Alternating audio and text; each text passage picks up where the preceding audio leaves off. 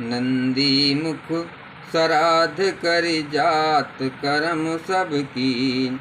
हाटक धेनु बसन मणि नप विप्रह कह दीन।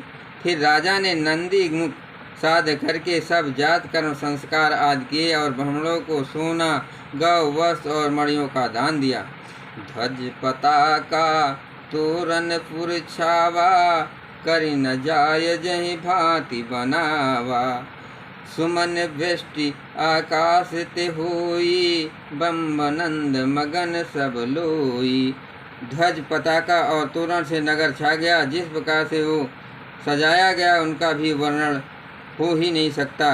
आकाश में फूलों की वर्षा हो रही है। सब लोग ब्रह्मानंद में मग्न हैं। वृंद वृंद मिल चली लुगाई, सहज सिंगार किए उठे धाई। कनक कलश मंगल भरि थारा, गावत पैठे भूप दुआरा। स्त्रियां झुंड की झुंड मिलकर चली। स्वाभाविक श्रृंगार किए ही वे उठ दौड़ी। सोने का कलश लेकर और थालों में मंगल द्रव्य भरकर गाती हुई राजद्वार में प्रवेश करती हैं। करे आरती न्योछावर करहीं, बार बार शिशु चरण परहीं। मागध सूत बंदिगन गायक, पावन गुण गावै रघुनायक। वे आरती करके निछावर करती हैं और बार बार बच्चे के चरणों पर गिरती हैं। मागध, सूत, बंदीजन और गवैये रघुकुल के स्वामी के पवित्र गुणों का गान करते हैं। सर्वस्व दान दीन सब काहू, जेहि पावा राखा नहीं ताहू। मृग मंद चंदन कुमकुम कीचा, मची सकल बीत्यूं बिच बीचा। राजा ने सब किसी को भरपूर दान दिया। जिसने पाया उसने भी नहीं रखा, लुटा दिया। नगर की सभी गलियों के बीच बीच में कस्तूरी, चंदन और केसर की बीच मच गई। मंगल भवन अमंगल हारी, तब हुस दशरथ अजर बिहारी। ग्रह ग्रह बाज बधाओ, शुभ प्रगटे सुषमाकन। हर्षवंत सब जाता, नगर नारी नरगुण। घर घर मंगलमय वाधवा बजने लगा, क्योंकि शोभा के मूल भगवान प्रकट हुए हैं। नगर के स्त्री पुरुषों के झुंड जहाँ तहाँ आनंदमय हो रहे हैं। कैकेय सुता सुमित्रा दो, सुंदर सुत जनमत भय ओ। सुख संपत्ति समय समाजा, कहीं न सकई सारद यही राजा।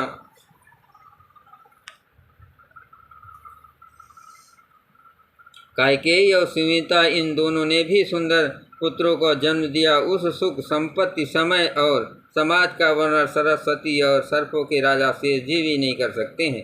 अवधिपुरी सोई भांति, अप्रभु मिलन आई जन राति। देख भान जन मन सकुचानी, तदपि बनी संध्या अनुमानी। अवधपुरी इस प्रकार से सुबह हो रही थी मानो रात प्रभु को मिलने आई थी, और सूर्य को देख करके मन मन में सकुचा गई थी। परंतु फिर भी मन में विचार कर वो मानो संध्या बन कर रह गई हो।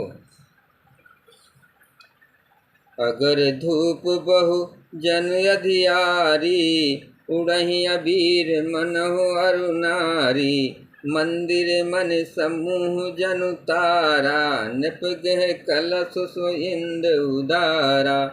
अगर कि धूप का बहुत सा धुआं मानो संध्या का अंधकार है, और जो अबीर उड़ रहा है वो उसकी ललाई है। महलों में जो मणियों के समूह हैं वे मानो तारागण है। राजमहल का जो कलश है वही मानो शेष चंद्रमा है। भवन वेद धुनियत मृदुबानी, अजन खग मुकर समय जनुसानी।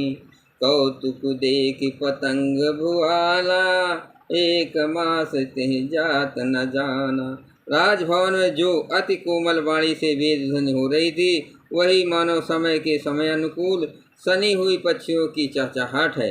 ये कौतुक देखकर सूर्य भी अपनी चाल भूल गए। एक महीना उन्होंने जाता हुआ ना जाना, अर्थात उन्हें 1 महीना वहीं बीत गया।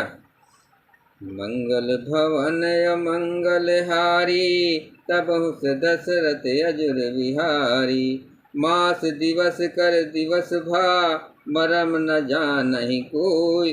रथ समेत रवि था क्यों निशा, कवन विधि होय।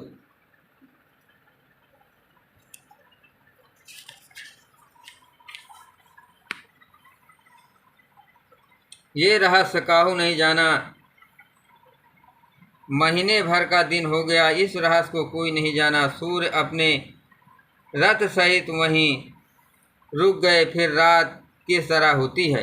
ये रहस्य काहू नहीं जाना, दिन मन चले करत गुण गाना। देख महोत्सव सुर मुनि नागा, चले भवन बरनत निज भागा। ये रहस्य किसी ने नहीं जाना। सूर्यदेव भगवान श्री रामचंद्र जी का गुणगान करते हुए चले। ये महोत्सव देखकर देवता मुनि और नाग अपने भाग्य को सराहना करते हुए अपने अपने को घर को चले। और रहूं एक कहो निज चोरी, सुनि गिरजा अति द्रमति तोरी। काक भुसुंडी संग हम दो, मनुज रूप जाने नहीं को। हे पार्वती, तुम्हारी बुद्धि श्री राम जी के चरणों में बहुत दृढ़ है, इसलिए मैं और भी अपनी एक चोरी छिपाव की बात कहता हूँ, सुनो। काक भुसुंडी और मैं दोनों यहाँ साथ साथ थे, परंतु मनुष्य रूप में होने के कारण हमें कोई जान ना सका। परमानंद प्रेम सुख फूले, बीतहि फिरहि मगन मन भूले।